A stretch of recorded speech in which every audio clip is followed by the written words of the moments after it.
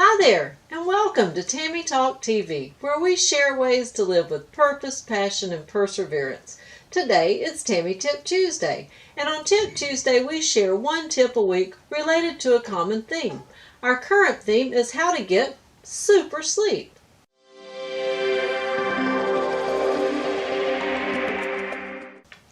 But first, as always, a quick programming note.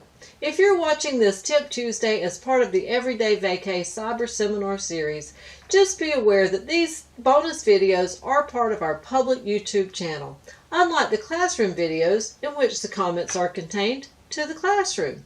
And if you're not familiar with our Cyber Seminar Series, we are getting ready to launch Part 1, Invitation to Inspiration, and you can pick up a free lesson in the description box below. Now, let's get back to how to get super sleep. And this is actually a two-part discussion. On one hand, we're going to talk about how to get great sleep at home, but then we're going to talk about how to translate that into time away from home. Because very often when we travel, we're out of our element and we're off our routine, and it makes it hard for us to rest.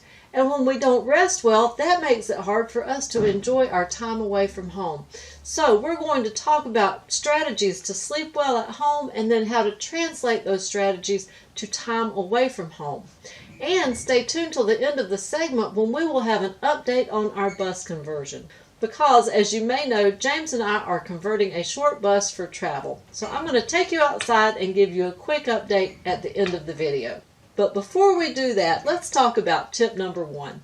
And tip number 1 for super sleep is to take control of your environment, because your environment absolutely dictates how well you sleep. And there are 3 elements in your sleeping environment that we have to take control of. And those are temperature, light, and noise. So studies show that the perfect sleeping temperature is between 68 and 70 degrees. Now, of course, everyone's different. Some folks like it a little cooler, some people like it a little warmer.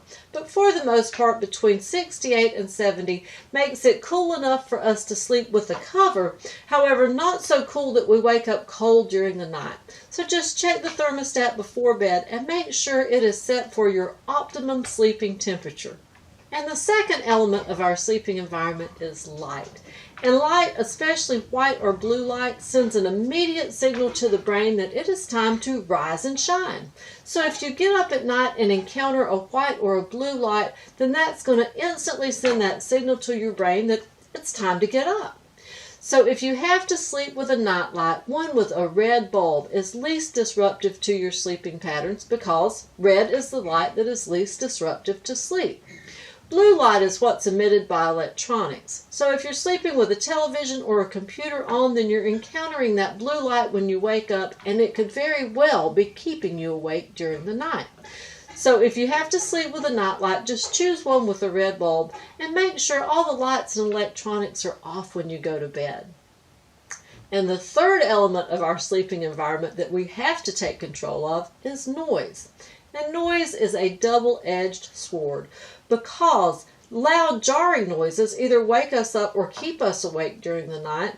However, absolute silence can be deafening as well, because when it's completely silent, we can hear ourselves breathing. We can hear our partner breathing. We can hear our own heart beating. So it's important that we have some sort of white noise. We sleep with a fan, and that way it gives us a little breeze and a little white noise. But whether it's a fan, a radio playing softly in the background, or even a noise machine, you need a little bit of white noise to sort of drown out everything else. Now, those 3 things are fairly easy to control when we're at home. But when we're away from home, it can be a little more difficult to control our sleeping environment.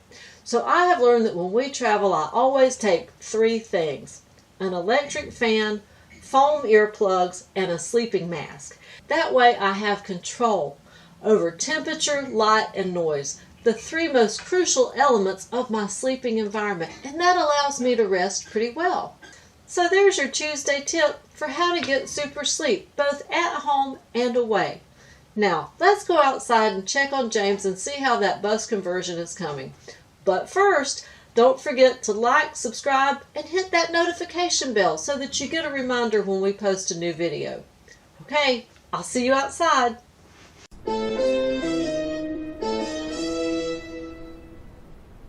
We are James and Tammy Kearse, and this is 007, our vintage short bus that we are converting for travel. Come, join us in our van life adventure. Knock, knock. Y'all come on in. Jeez. You know, it always looks worse before it looks better. I hope so.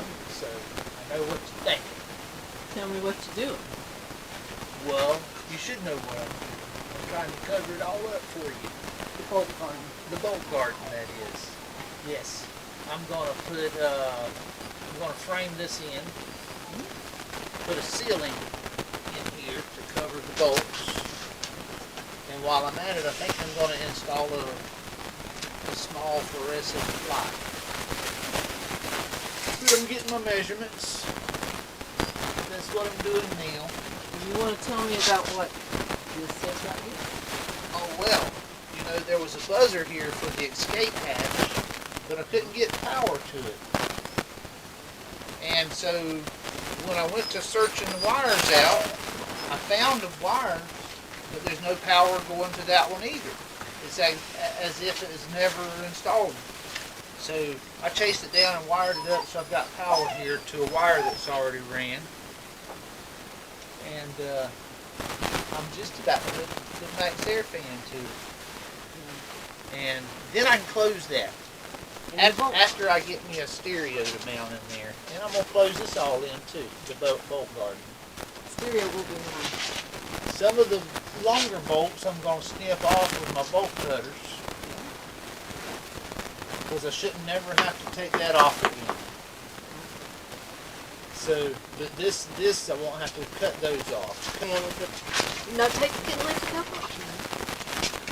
So there it is, and now put the cover on. Show us what that's going to look like. Okay, the cover has to be trimmed to size.